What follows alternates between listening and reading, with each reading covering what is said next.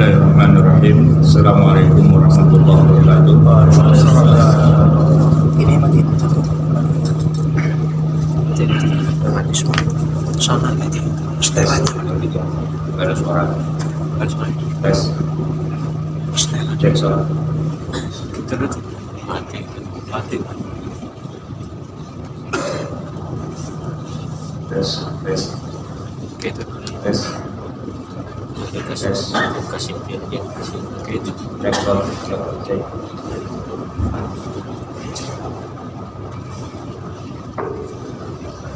Tes 1, 2, 3. Cek suara. Bismillahirrahmanirrahim. Assalamualaikum warahmatullahi wabarakatuh. Waalaikumsalam warahmatullahi wabarakatuh. Alhamdulillah wassalatu wassalamu ala rasulillah Sayyidina wa maulana Muhammadin ibn Abdillah wa ala alihi wa sahbihi wa man wala amma ba'du.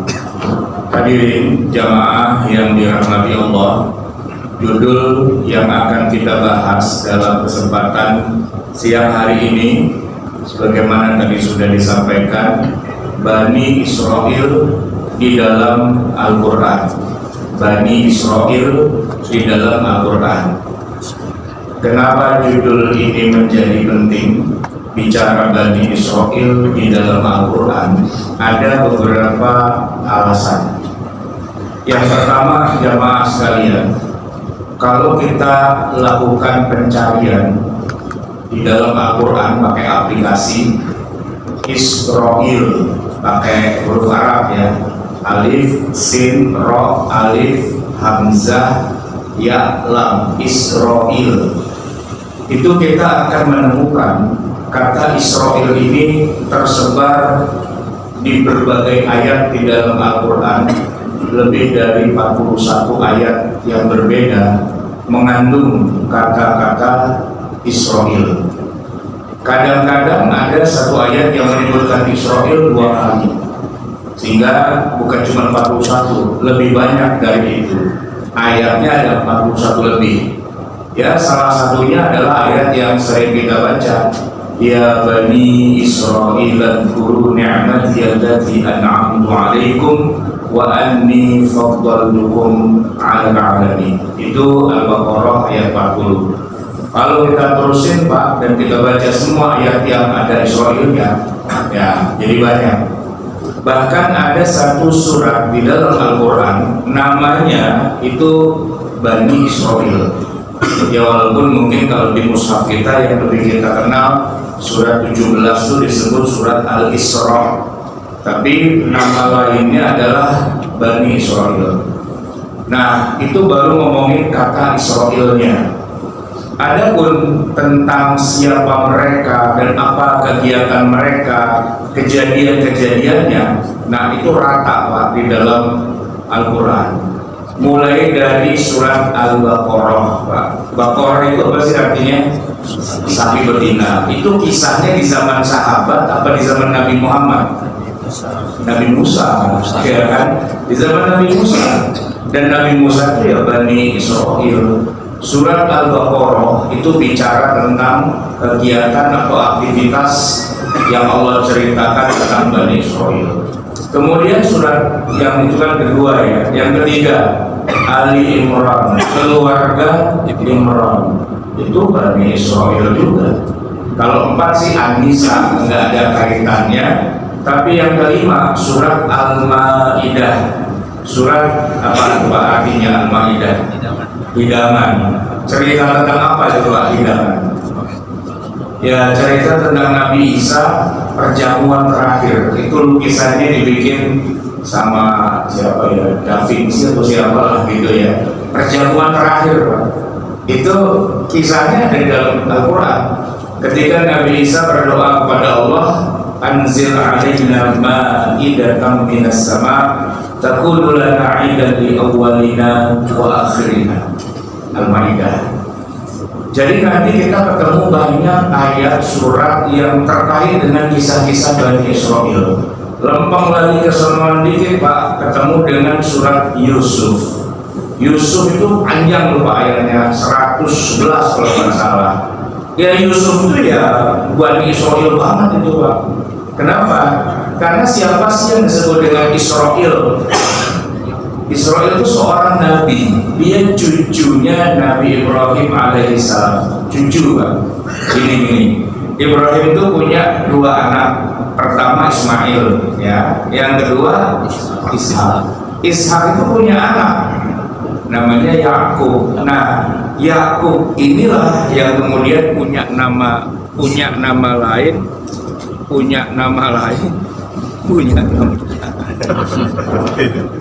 looping Pak, kalau suara nggak keluar looping ya.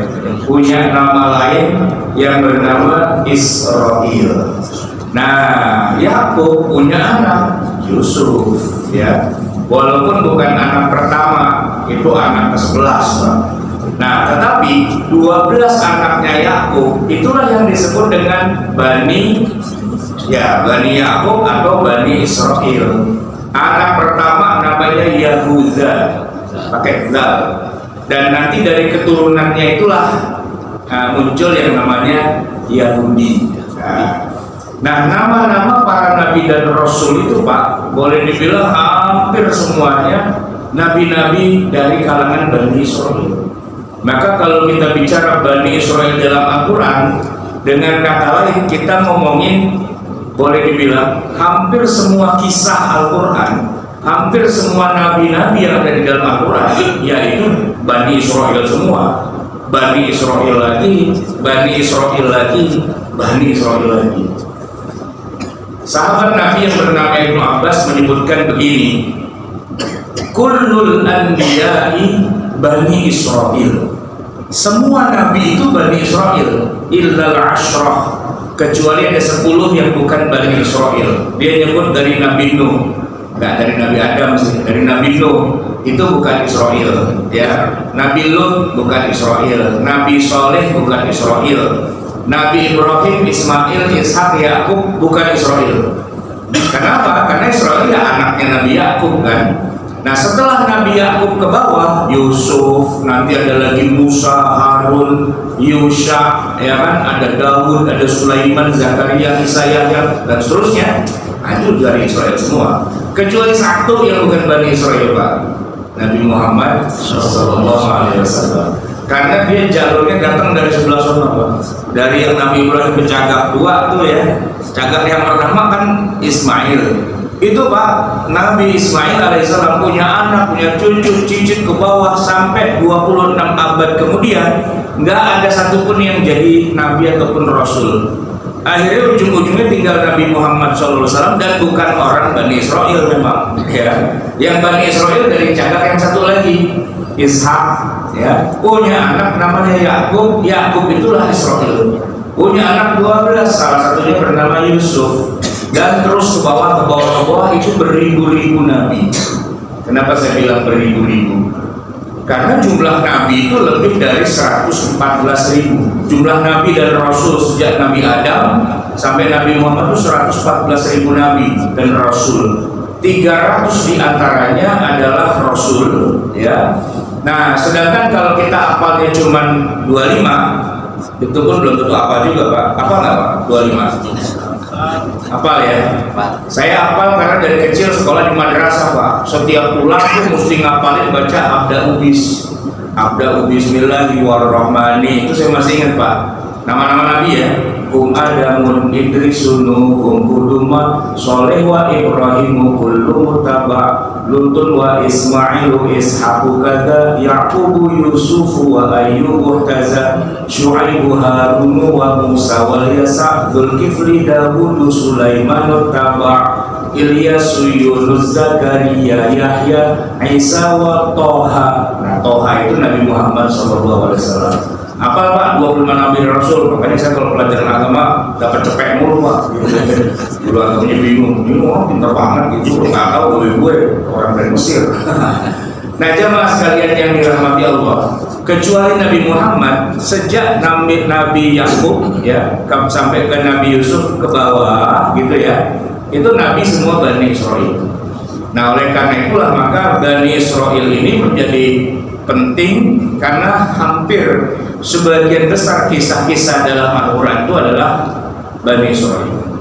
Jamaah sekalian yang dirahmati Allah, lalu apa sih hebatnya Bani Israel sampai memenuhi berlembar-lembar mushaf, berlembar-lembar ayat Quran? Karena memang Allah secara sengaja, memang Allah secara tegas dan apa adanya mengatakan bangsa yang paling tinggi derajatnya, yang paling afdal, yang paling mulia, yang dilebihkan dari semua bangsa yang lainnya Bani Israel. Itu firman Allah. Kita nggak bisa bilang enggak, yang paling hebat bangsa kita, bangsa orang Indonesia, orang Jawa, orang Batak, orang Sunda, orang Melayu. Enggak. Quran nggak bilang bangsa Betawi paling hebat, enggak. Tapi kalau Bani Israel iya.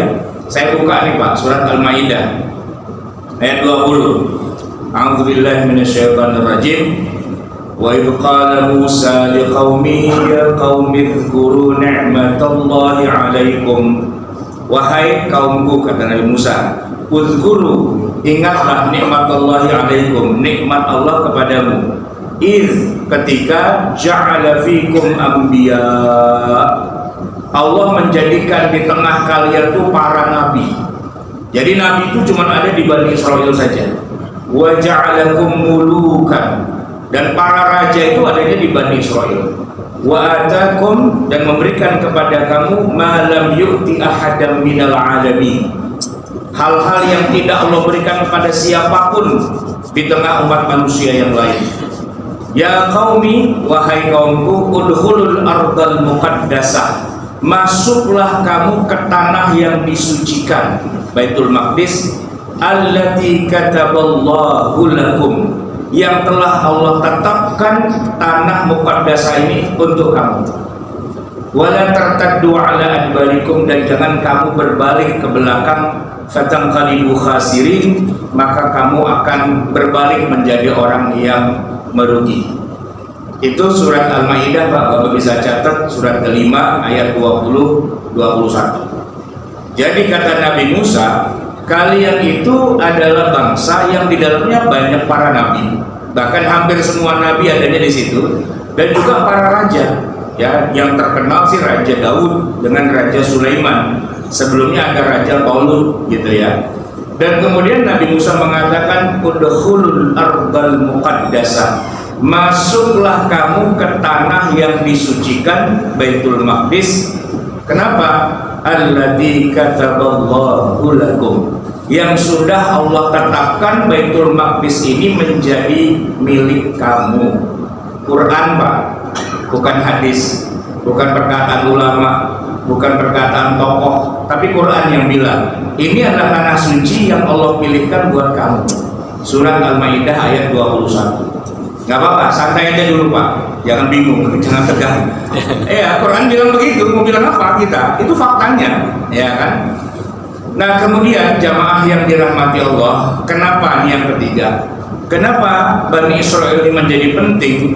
Karena tadi ya, di antara umat terdahulu yang panjang umurnya itu maksudnya bukan nggak mati-mati sih Pak, tapi gini, generasinya nggak putus-putus, ada lagi terus memanjang sampai melewatin masa Nabi Isa, sampai ngelewatin ketemu Nabi Muhammad. Itu ya Bani Israel Pak. Padahal kalau kita lihat pangkalnya itu kan Nabi Yusuf. Bani Israel yang paling asli generasi pertama itu Nabi Yusuf dan saudara-saudaranya, ada yang namanya Benjamin, ya kan, ada yang namanya Yahuda, ada yang namanya Lawi dan sebagainya. Nah tapi kalau yang di zamannya setelah Nabi Musa, Nabi Musanya itu berjarak dari Nabi Yusuf ke Nabi Musa kira-kira 500 tahun. Jadi yang heroiknya, yang Nabi Musa bisa membawa keluar Bani Israel dari cengkeraman Fir'aun, itu di Nabi Musa. Dan Tauratnya turunnya dari Musa. Jadi sebelum Nabi Musa, Bani Israel sudah ada. Tapi kalau yang betul-betul heroik banget, yang bisa eksodus 600.000 Bani Israel keluar dari Mesir, menyeberang Laut Merah, dan kemudian Laut Merahnya menutup, menenggelamkan 1,2 juta pasukan Fir'aun Mesir. Nah itu di zaman Nabi Musa. Yang itu kemudian menjadi hari suci mereka, lebarannya orang-orang Bani Israel. Yang uniknya Pak, Nabi kita Nabi Muhammad pun ikut puasa di hari itu. Ikut puasa 10 Muharram. Hari diselamatkannya Nabi Musa dari kejaran tentara Firaun. Dan Nabi Muhammad ikut puasa juga. Nah, uniknya di sini, Pak.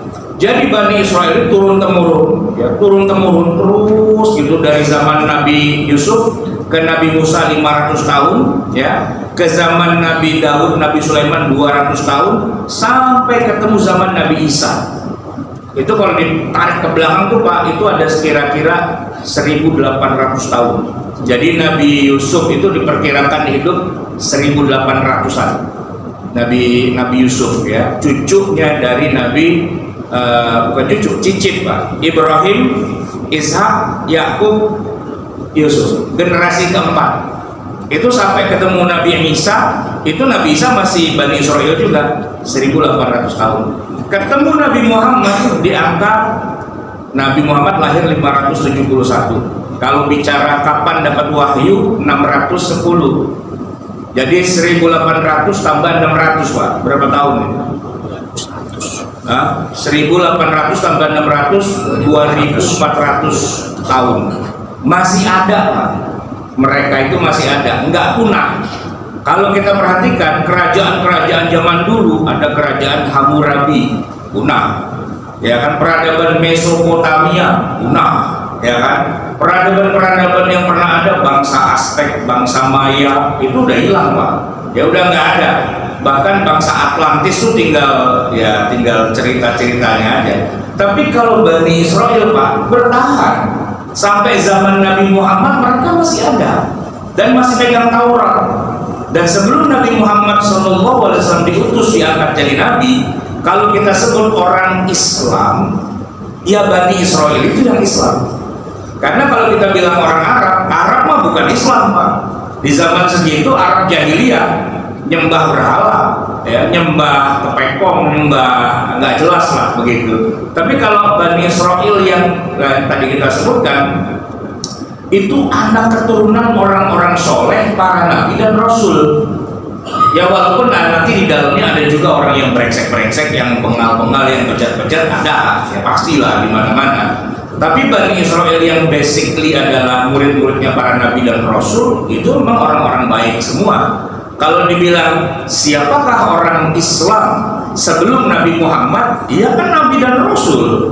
Dan kita sebagai muslim harus beriman kepada para nabi dan rasul.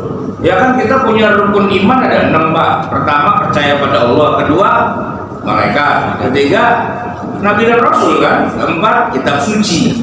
Nah, kelima baru hari kiamat. Keenam, qada dan qadar gitu. Nah, orang-orang Bani Israel ini, Pak, ya, mereka inilah pembawa, pengusung risalah samawi. Karena mereka yang memperkenalkan bahkan kepada orang Arab jahiliyah tentang adanya surga dan neraka. Orang Arab jahiliyah, Pak, itu segala Abdul Muthalib ke atasnya. Kan kita sering kalau dalam Maulid Nabi itu kita sebutin bangga gitu ya, zuriyahnya Nabi ke atas gitu kan. Jadi Muhammad ibnu Abdullah ibnu Abdul Muttalib wasmuhu Syaibatul Hamidat Khisalul Saniyah ibnu Hashim wasmuhu Abdul Manaf wasmuhul Mughir dan seterusnya, terus ke atas sampai Adi Adnan gitu ya gitu. Tapi itu orang jahiliyah semua, nyembah berhala aja mereka kerjaannya, dan tidak percaya adanya surga dan neraka. Mereka tidak percaya adanya para malaikat, tidak percaya adanya nabi dan rasul, dan tidak percaya adanya kitab-kitab suci yang turun di muka bumi. Nah, sehingga kalau kita bicara kondisi di zaman itu, yang Islam itu Bani Israel, yang jahiliyah, yang kafir itu ya dari anak-anak Nabi Ismail ke bawah kafir semua itu. Nggak ada yang jadi nabi, nggak ada yang percaya adanya surga dan neraka. Gitu. Sampai menjelang datangnya Nabi Muhammad, orang Bani Israel ini masih saja punya masalah besar dengan orang Arab. Kenapa? Karena Arab itu, Pak, adatnya keras, kemauannya nggak bisa diubah, kepercayaan terhadap nenek moyangnya itu parah. Jadi Yahudi dengan Arab perang bertahun-tahun nggak selesai-selesai. Yang Yahudi bilang, yang Bani Israel bilang, Allah itu mengirim Nabi dan Rasul, mengirim kitab suci, dan mengirim para Nabi sebagai yang menerima kitab suci. Apa kata orang Arab?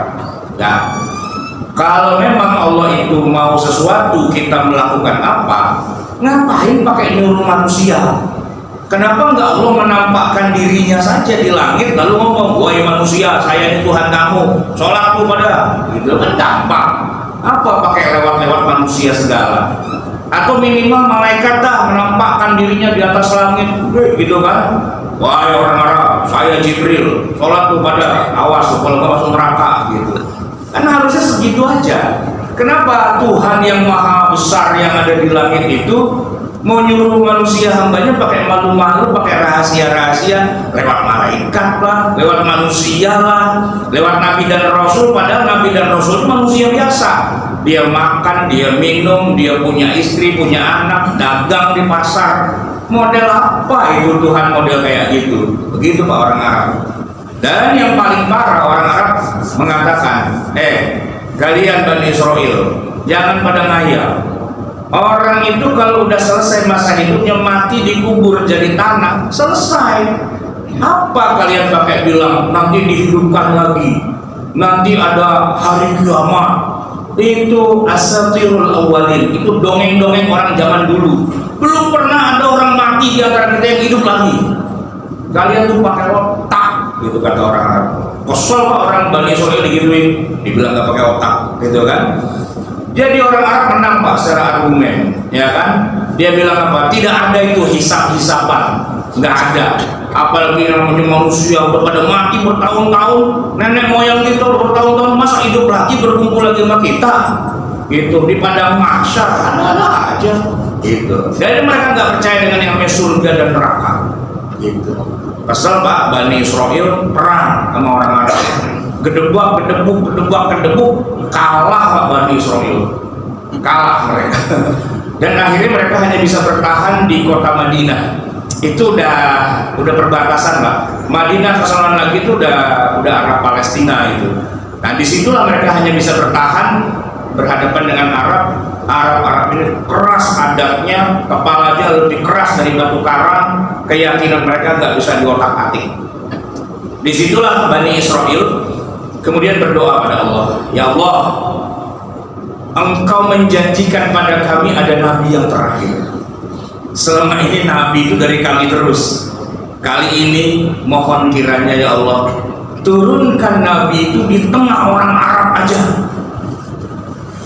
Biar dia yang pusing sendiri ngadepin kaumnya. Kita di sini nonton aja dari jauh. Dan benar, dikabulkan sama Allah.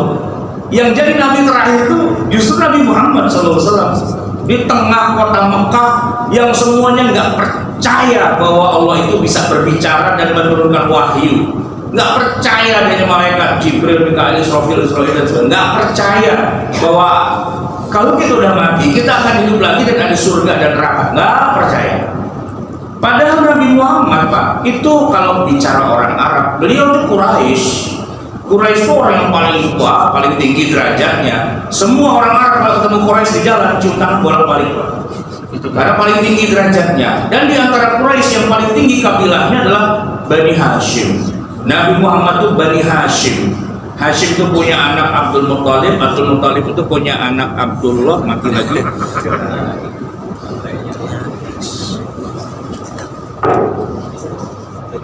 Tes, ya. Abdullah punya anak Muhammad, dan Muhammad gitu-gitu Pak dapat gelar Al-Amin dari sejak masih muda. Al-Amin karena dia jujur, gak pernah bohong, apapun yang dia katakan semua orang Arab percaya. Makanya ada kejadian aneh Pak, unik banget. Waktu itu Nabi sudah diangkat jadi Rasul gitu ya. Dia kumpulkan semua kabilah-kabilah orang Quraisy sambil dia berpidato lah ya, begini, wahai kaumku kaum Quraisy, kalian sudah menjadikan saya sebagai Al-Amin, orang yang kalian percaya. Apa benar kalian percaya semua perkataan saya? Nah gitu kan, gini, seandainya di balik bukit-bukit kota Mekah ini, saya katakan ada beribu-ribu pasukan yang siap menghancurkan kota Mekah ini, sebagaimana dulu kan ada Ka'bah mau dihancurin sama Abraha gitu ya. Nah, seandainya saya bilang di balik bukit ini ada ribuan pasukan kayak model Abraha, apa kalian percaya? Percaya gitu. Ketahuilah kalau begitu saya adalah utusan Allah. Enggak percaya, enggak percaya. Sinting nih orang, gila nih orang, kesurupan nih orang, gitu macam-macam. Al-Amin Pak, itu yang ngasih gelar tuh orang musyrikin. Orang musyrikin yang nyembah-nyembah berhala apa segala macam. Kalau kepribadian Nabi Muhammad, mereka percaya banget, pastilah orang baik semua. Tapi giliran Nabi Muhammad bilang, tadi malam saya diajak sama Jibril, malaikat, untuk bertemu dengan para nabi dan rasul di 7 langit yang berbeda. Langsung bablas ke Sidratul Muntaha, pulangnya balik sini lagi. Prek gitu. Nggak percaya mereka dengan semua itu. Tapi kalau dibilang Nabi Muhammad Al-Amin, sampai Nabi wafat nggak dicabut gelar Al-Aminnya, Pak. Lu kalau ngomong yang di dunia ini gue paham, tapi kalau yang ngomong akhirat gue nggak paham. Apaan akhirat gitu kan? Jadi akhirnya yang disibukkan dengan menjelaskan pelan-pelan mati lagi. Nah, sekarang yang ini dah. Yang disibukkan, nah tes. Yang disibukkan itu bukan lagi Bani Israel, tapi ya Nabi Muhammad yang orang Arab berhadapan dengan keluarganya orang Arab gitu Pak. Sampai nanti terjadi Nabi Muhammad diusir dari Mekah. Itu yang musir bukan orang Yahudi, bukan orang Bani Israel Pak. Yang musir keluarganya orang-orang Arab. Walaupun gini Pak, waktu Nabi Muhammad di Mekah sebenarnya dia rada-rada kebal hukum juga Pak. Bahasa kitanya kebal hukum. Kenapa? Karena masih ada dekingannya, yaitu masih ada pamannya yang bernama Abu Thalib. Sehingga Nabi nggak pernah berpikir mau pergi dari Mekah selama masih ada dekingan aman kita. Memang kalau pengikutnya kayak model-model ya Bilal gitu Pak, kesian gitu Pak. Makanya bukan apa-apa, Nabi itu mencari orang yang bisa diajak dakwah tuh, kalau bisa jangan yang kelas-kelas Bilal gitu Pak, kesian. Soalnya ntar diseksa sama tuannya. Nabi itu berharap ya para pembesar musyrikin lah, orang-orang Quraisy gitu. Tapi ternyata qadarullah yang pada nempel malah yang sekelasnya Bilal. Bukan apa-apa, jadi kerjaan Pak. Jadi kerjaan. Bilal pakai masuk Islam lagi kan digebukin Pak sama tuannya Umayyah. Dan Nabi nggak bisa bilang apa-apa, ya kan? Tiba-tiba dilaporin, ya Rasul, Pak, Bilal tuh lagi digebukin. Ya Bilal, ketahuan dia masuk Islam Pak. Ya kan mereka masuk Islam tuh diam-diam, ya kan? Begitu ketahuan, nah habis dia digebukin, injak-injak sama Umayyah. Akhirnya Nabi bilang, ya adalah Abu Bakar, beresin tuh gimana urusannya. Siap ya Rasul. Abu Bakar datang, tuh dia Bilal lagi digebukin Umayyah. Dia bilang, Umayyah, saya pengen bayarin Bilal aja gitu. Tak dulu kata Umayyah, orang gua lagi asik juga bayarin aja gitu.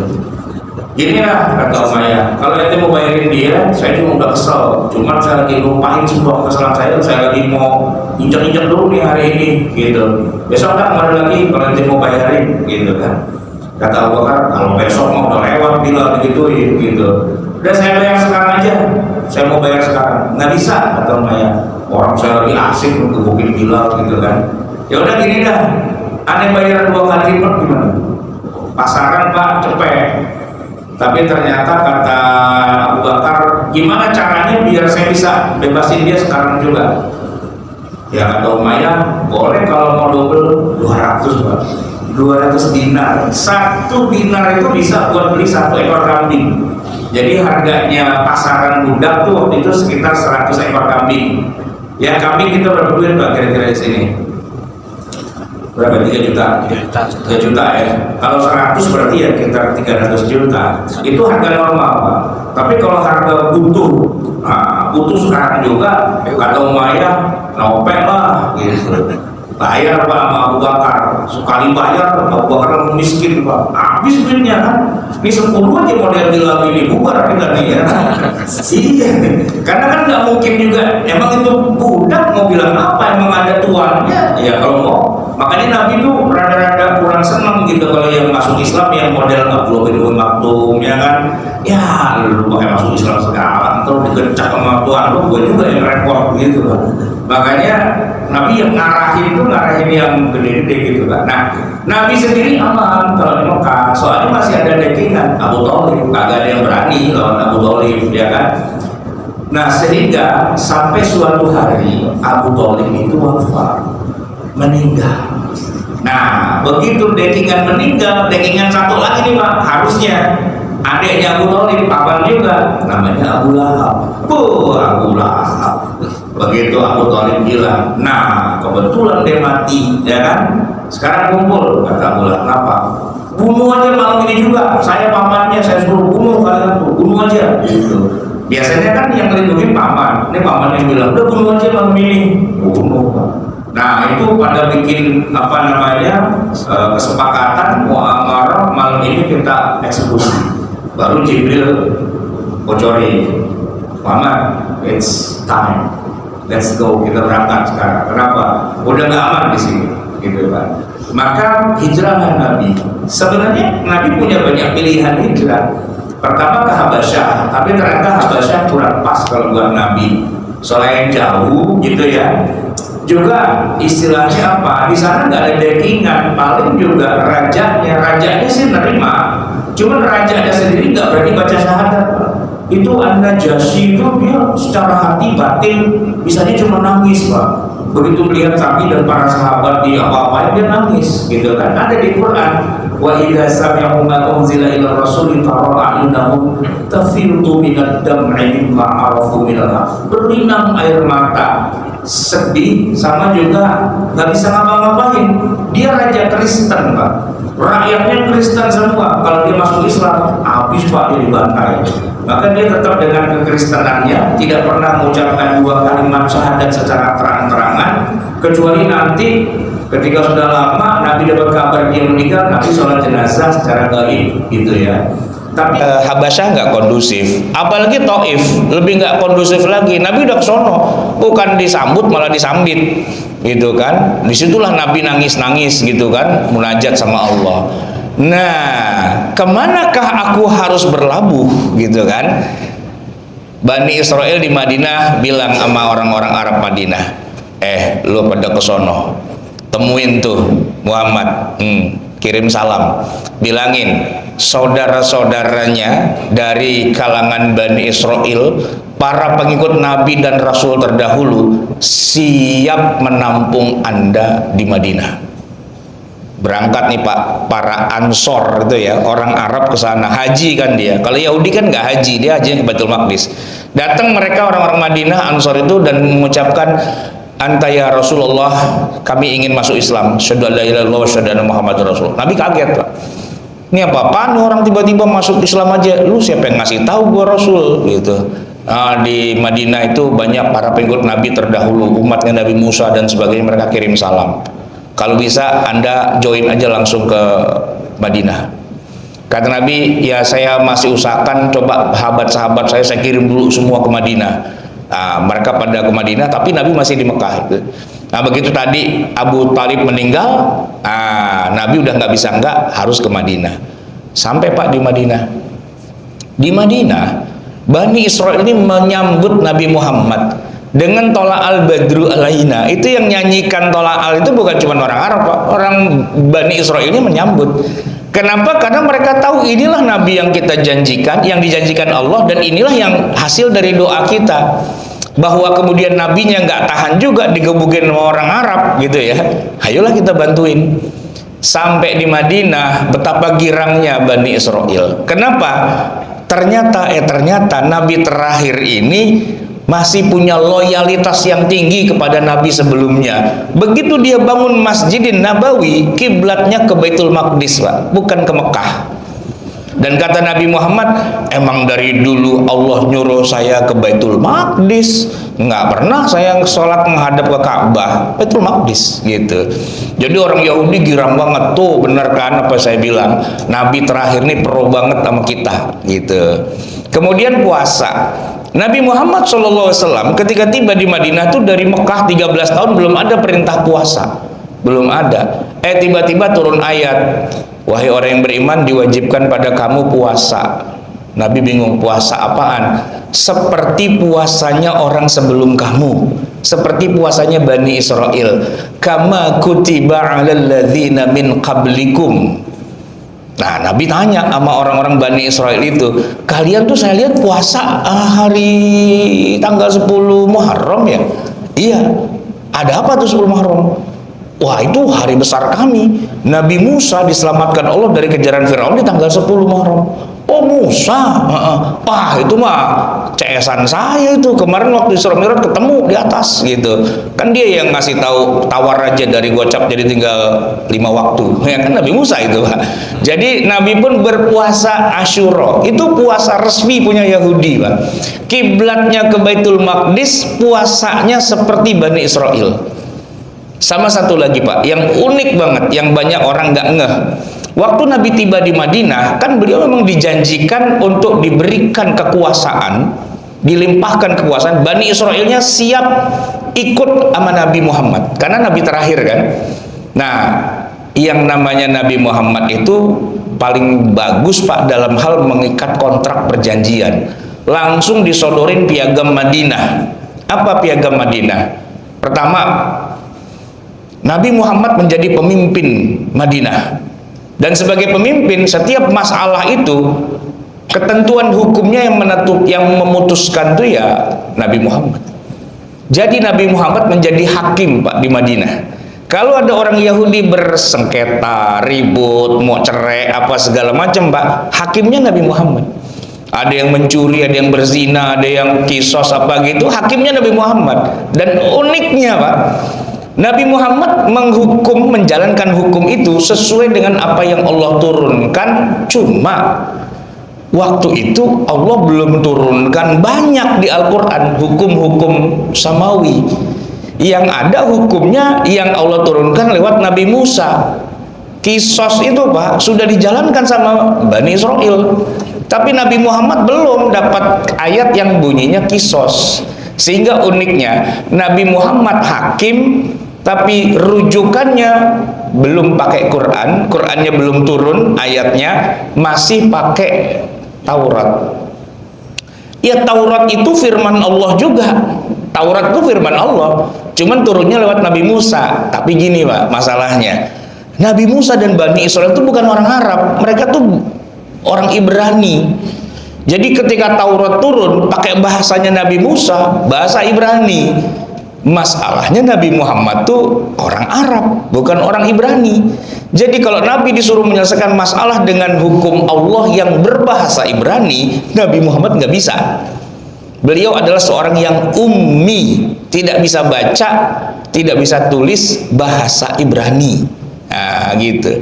Jadi kalau ada pengadilan, Nabi mimpin sebagai hakim, buka Tauratnya bingung Nabi, panggil tuh ulamanya Bani Israel, sini. Ini orang berzina, hukumannya apa? Cariin di dalam Taurat, dicariin Pak. Nah, yang diberlakukan hukumnya hukum Taurat. Ya di mana Taurat itu ya hukum Allah juga, gitu. Jadi unik Pak, Nabi Muhammad menjadi hakim tapi nggak pakai Quran, pakai Taurat. Untuk sementara waktu, sementara Qurannya belum diturunkan yang lengkap. Ya jangankan itu Pak, orang mabok aja masih boleh Pak. Nabi Muhammad tuh 13 tahun di Mekah, belum ada ayat turun yang mengharamkan khamr. Jadi para sahabat Nabi tuh lucu Pak, mereka sholat tapi mereka mabok. Lucu, makanya diketawain sama Bani Israel. Iya, katanya agama baru lah, sholat kok mabok, bagaimana? Kalau Bani Israel Pak, dari zaman Nabi Musa udah nggak boleh minum khamr, nggak makan babi, nggak makan bangkai, nggak boleh mencuri, nggak boleh berzina, nggak boleh selingkuh. 10 commandment itu udah ada Pak, dan mereka udah jalankan. Justru yang muhajirin ini Pak, masih banyak yang waduh, ya aneh Pak. Makanya ada ayat lucu Pak, La taqrabus sholata wa antum sukaro. Janganlah kamu mendekati sholat lagi mabok. Itu ada asbabun nuzulnya. Kenapa? Karena ada para sahabat yang sholat imamnya mabok, Pak. Waktu itu khamr belum diharamkan. Jadi dia baca qul ya ayyuhal kafirun la a'budu ma ta'budun wa la antum a'biduna ma a'bud wa la ana a'budu ma abattum wa la antum a'biduna ma a'bud wa la ana a'budu ma abattum wa la antum a'biduna ma a'bud wa la ana a'budu ma abattum wa la buku yang looping Pak, muter lagi itu Pak. Orang mabok ya kan. Untung yang di belakang bilang lakum dinukum. Oh iya, lakum dinukum waliyadin. Kacau tuh Pak tuh. Masih mabok Pak para sahabat. Emang belum turun ayatnya mau bilang apa? Nah, Yahudi bilang, "Dah, Nabi terakhir umatnya pada mabok." Makanya Nabi kemudian bertanya gini, mereka bertanya pada Rasulullah, yas'alunaka 'anil khamri wal maisir. Mereka bertanya, hukumnya khamr sama maisir itu gimana sih? Qul fihima itsmun kabirun wa manafi'u linnas, dan seterusnya itu Pak. Baru nanti setelah tahun ketiga, setelah perang Uhud, khamr baru benar-benar diharamkan. Jadi ada jeda gitu Pak. Nabi sudah ke Madinah, ketemu dengan Bani Israel, dan Bani Israel merangkul Nabi Muhammad, dijadikan hakim, bahkan ada perjanjian ini Pak. Fakta pertahanan bersama, kata Yahudi, kata Bani Israel, Muhammad tenang aja di sini, kita lindungi Anda. Kalau Anda kenapa-napa sama orang-orang Arab bejat-bejat itu Pak, kita pasang badan gitu. Itu masuk dalam perjanjian Piagam Madinah. Walaupun nantinya nggak dikerjain gitu ya, walaupun nanti nggak dikerjain. Nah, sampai di situ Pak, kemesraan ini janganlah cepat berlalu. Tapi ternyata cepat berlalu Pak masalahnya. Pertanyaannya, apa yang menyebabkan tiba-tiba Yahudi sen kanan belok kiri Pak? Sen kanan belok kiri. Tadinya dekat banget sama Nabi Muhammad, dirangkul, di apa segala macam, tiba-tiba dia belok kiri Pak. Apa yang menyebabkan dia sen kanan belok kiri? Ternyata Pak, begini. Kan Quran tadi belum lengkap ya, belum lengkap. Kemudian Allah melengkapi Al-Quran, turun ayat, turun banyak banget, melebihi jumlah Taurat Pak. Dan kalau dibandingkan jumlah ayat di Taurat dengan di Quran, Quran berkali-kali lipat lebih banyak. Taurat itu cuma seperti surat Al-Baqarah, Ali Imran, An-Nisa, Al-Maidah, Al-An'am, Al-A'raf, Al-Anfal ya, 7 atau 8 surat saja gitu. Sementara Quran masih terus At-Taubah, Yunus, Hud, Yusuf, Ibrahim dan sebagainya, lebih banyak gitu. Jadi kaget mereka, loh banyakan dia jadinya gitu Pak. Satu. Yang kedua, ternyata semua ayat itu yang turun itu kayak semacam mengoreksi dari apa yang sudah turun di Taurat. Enggak menyalahkan, tapi sedikit mengoreksi, ada correction gitu. Yang mana koreksinya ini secara umum sebenarnya menguntungkan kita, menguntungkan kaum muslimin. Kenapa? Karena gini Pak, ini contohnya nih Pak ya, sholat gitu. Kalau orang sholat itu, kalau di orang Yahudi ya, harus sholat, tapi tidak boleh sholatnya sembarangan di tanah gitu Pak. Nggak boleh, harus di rumah ibadah. Nah Islam itu boleh sholatnya di mana saja, di tanah dan sebagainya. Tapi yang paling bikin Yahudi gedek banget sama Nabi Muhammad akhirnya satu ayat Pak, di akhir juz pertama awal juz kedua, yang mengatakan qad nara taqalluba wajhika fis sama, kami telah melihat kamu nengok-nengok mulu ke langit. Falanuwalliyannaka qiblatan tardaha, kami akan pindahkan kiblat salatmu itu ke arah kiblat yang kamu sukai. Fawalli wajhaka syatral masjidil haram, arahkan salatmu sekarang ke Masjidil Haram. Itu Pak ayat terpukul Yahudi itu Pak. Gimana Muhammad, masa sholat pindah-pindah kiblat begitu? Kata Nabi, bukan saya. Lu jangan salahin gua, salahin Allah, itu Allah yang nyuruh. Kenapa jadi saya yang disalah-salahin? Ya enggak gitu. Dari dulu kan kiblat kita Baitul Maqdis. Iya, saya juga Baitul Maqdis dari dulu. Tapi kan Allah nyuruh saya pindah ke Mekah. Ah, ini bisa-bisanya ente aja nih, ente kangen kali dengan kampung halaman dan sebagainya. Kagak, demi Allah dah, ini kan Quran gitu. Yahudi nggak terima Pak, nggak terima itu semua dari Quran. Terus nanti turun lagi puasa Ramadan Pak, ya kan? Syahrul Ramadan alladzi unzila fihi al-Qur'anu hudal lin-nasi wa bayyinatin minal huda wal furqan faman syahida minkum asy-syahra falyasum. Puasanya Ramadan Pak. Balik lagi Yahudi gebrak meja. Gimana sih ente? Bukan puasa 10 Muharram malah Ramadan. Ada aja. Loh, bukan saya. Itu kan Allah yang nyuruh. Itu. Ya kan Allah yang nyuruh, itu kan turun tuh lewat Jibril gitu. Akhirnya Pak, Bani Israel kesalnya bukan cuma sama Nabi sama Jibril. Jibril nih gara-garanya nih pakai turun-turunin ayat segala. Jibril Pak disalahin sama Bani Israel, kan kacau tuh. Untung Jibril gak bilang, bukan saya, lu salahin Allah aja, lu kenapa jadi gue yang disalahin gitu Pak. Itu makin lama makin turun, makin banyak, sampai kemudian Yahudinya gudegnya luar biasa, ya kan? Dan setelah gedek itu mereka jadi pecah-pecah nih Pak, Yahudi, Bani Israel. Pecahannya ya istilahnya ada yang gompalannya gede banget, ada yang remah-remah doang gitu. Kalau yang remah-remah itu Pak, bagus Pak. Ada Abdullah bin Salam, ada Ka'ab al-Ahbar dan sebagainya yang mereka konversi langsung bilang begini, ya Rasulullah, asyhadu an la ilaha illallah wa asyhadu anna kaya Muhammad Rasulullah. Saya loyal, saya ikut apapun yang diwahyukan pada Anda. Saya masuk Islam. Gitu Pak. Abdullah bin Salam dan sebagainya. Yahudi Pak. Ya kata Nabi, oke, welcome gitu. Nah, yang lain yang gompalannya rada gede, saya sebenarnya pengen juga ikut ya Rasul, cuman senior saya bilang, awas lu masuk Islam, gue beri lu katanya gitu. Saya rada-rada keder juga nih gitu kan, soalnya pendaringan saya mau dicabut nih gini-gini. Tapi ya Rasul, tenanglah, walaupun bagaimana Anda sahabat kami tetap loyal walaupun kami nggak ngucapin 2 kalimat syahadat. Deal, kata Nabi. Nah, cuman memang yang satu lagi nih Pak, yang gompalannya paling gede. Ini yang ngeselin banget Pak. Dia nggak berani memusuhi Rasulullah secara terang-terangan, secara head to head. Cuman dia main belakang Pak. Ini kacau nih, kayak belangkonnya orang Solo Pak, Jogja tuh ya. Depan ngawe-ngawe, belakang bejendol Pak. Wah, kayak keris tuh Pak. Di depan mau ngomong nasyhadu annaka ya Muhammad Rasulullah, tapi di belakang nancep dari belakang Pak, gitu. Nih, saya kasih tahu ceritanya nih Pak. Tahun kelima Nabi Muhammad SAW itu sudah selesai ribut-ribut sama orang Mekah. Udah 2 kali perang, Badar, Uhud selesai. Orang Mekah juga udah bosan perang sama Nabi Muhammad. Percuma kita perang sama Muhammad, kagak menang, kagak kalah, seri lah begitu jatuhnya. Udah males kan? Tiba-tiba Yahudi Madinah, ini yang kelompok-kelompok nggak karuannya nih, datang ke Mekah. Dia bagi-bagiin duit. Ya, bukan cuma buat beli nasi bungkus Pak, banyak tuh dibagi gitu. Kumpulin sebanyak-banyaknya katanya.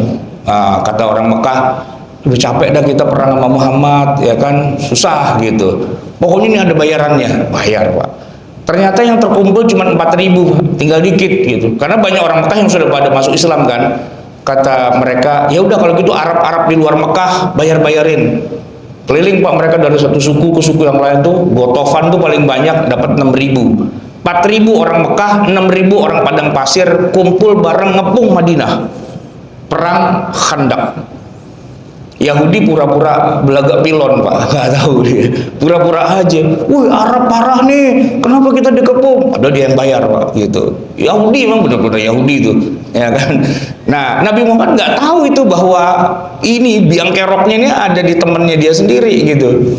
Begitu Allah sudah hancurkan pasukan Khandak dengan puting beliung, dengan gurun pasir itu ya, badai gurun pasir, Nabi pulang. Baru di situ Jibril datang. Siapa suruh kamu berhenti perang? Biang keroknya belum kamu habisi. Siapa? Bani Quraidah. Habisin mereka sekarang juga, kata Jibril. Berangkat Nabi Bani Quraidah. Bani Quraidah ketahuan Pak, kabur mereka, masuk ke dalam benteng. Kata Nabi, keluar nggak lo? Pengkhianat semua nih, keluar nggak? Enggak, katanya gitu kan.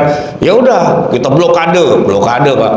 Air nggak bisa masuk, ya kan? Makanan nggak bisa masuk, apa nggak bisa masuk, itu blokade berhari-hari. Akhirnya dia bendera putih Pak, nyerah gitu kan. Oke, nyerah, tapi lu pengkhianat. Kita bikin pengadilan militer, kata Nabi. Nabi angkat salah satu sahabat untuk jadi hakim. Apa yang dilakukan? Keputusannya kalian 900 orang vonis mati. Disembelih Pak, 600 orang itu masukin lubang. Kalau kita lubang buaya kan cuma 7 jenderal, ini semuanya dibunuh semua. Yahudi kafir tengik itu Pak, habis itu mereka. Nah satu lagi Pak, Yahudi Khaybar, siswa-siswa Yahudi pada kabur ke Khaybar, dan Khaybar itu emang bohirnya Pak, karena di sana ada perkebunan kurma. Rupanya mereka bisa bayarin orang Arab suruh perang lawan Nabi itu dari kebun kurma itu Pak. Tahun ke-7 Nabi serbu itu Khaybar dan dikuasai habis kebun-kebun kurma. Setelah itu Pak, Bani Israel selesai. Duitnya udah nggak ada Pak. Apalagi yang mau dia perjuangin, duitnya habis gitu loh. Dikuasain kebun-kebun kurmanya. Wassalam, selesai.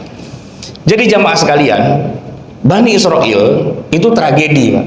Dulunya adalah para nabi dan rasul, ketemu Nabi Muhammad masih cakep gitu kan, tapi ada ketidakterimaan terhadap perintah Allah yang berubah.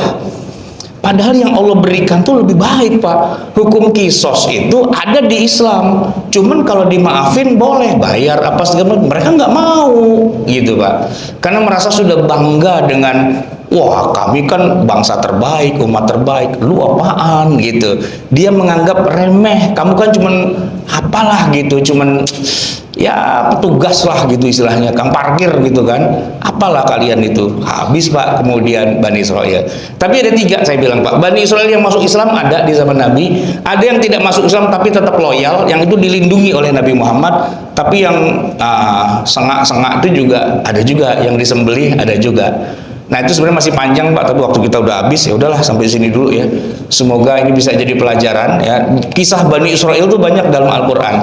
Jadi kalau kita bilang ayat-ayat hukum ada 200-an, ayat kisah-kisah Bani Israel ada 700 Pak. Lebih banyak daripada ayat hukum. Dan uniknya adalah sifat-sifat mereka, kelakuan-kelakuan mereka dalam Al-Quran itu memang menggambarkan secara umum ya sifat manusia juga sih. Bani Israel yang jadi nabi ada, tapi yang jadi dajjalnya juga ada juga gitu Pak. Umat manusia gitu juga, yang jadi nabinya ada. Orang Mesir gitu juga Pak, yang jadi Nabi Musanya ada, yang jadi Fir'aun juga ada Pak, ya kan. Jadi ya kita nggak bisa mengatakan bahwa Bani Israel itu semuanya orang kafir, itu nggak juga. Yang Muslim ada, yang Nabi juga banyak, tapi yang jadi apa namanya ya, jadi Samiri, jadi Korun, jadi apa juga ada juga. Baik, semoga bermanfaat. Ini masih mau tanya jawab apa langsung tutup? Langsung doa aja ya. Kita tutup dengan baca doa. Bismillahirrahmanirrahim. Alhamdulillahirabbil alamin. Hamdan yuwafi ni'amahu wa yukafi'u mazida. Ya Rabbana lakal hamdu wa lakal syukru kama yanbaghi li jalali wajhika wa li 'azimi sultanik. Allahumma shalli wa sallim wa barik ala sayyidina Muhammadin wa ala ali sayyidina Muhammad. Rabbana zalamna anfusana wa illam taghfir lana wa tarhamna lanakunanna minal khasirin. Rabbana amanna bima anzalta wattaba'na ar-rasula faktubna ma'asy syahidin. Rabbana la tuzigh qulubana ba'da idh hadaitana wa hab lana min ladunka rahmatan innaka antal wahhab. Rabbana atina fid dunya hasanah wa fil akhirati hasanah wa qina adzaban nar. Wa sallallahu ala sayyidina Muhammadin wa ala alihi wa sahbihi wa sallam. Subhana rabbika rabbil izzati amma yasifun wa salamun ala mursalin walhamdulillahi rabbil alamin. Wassalamualaikum warahmatullahi wabarakatuh.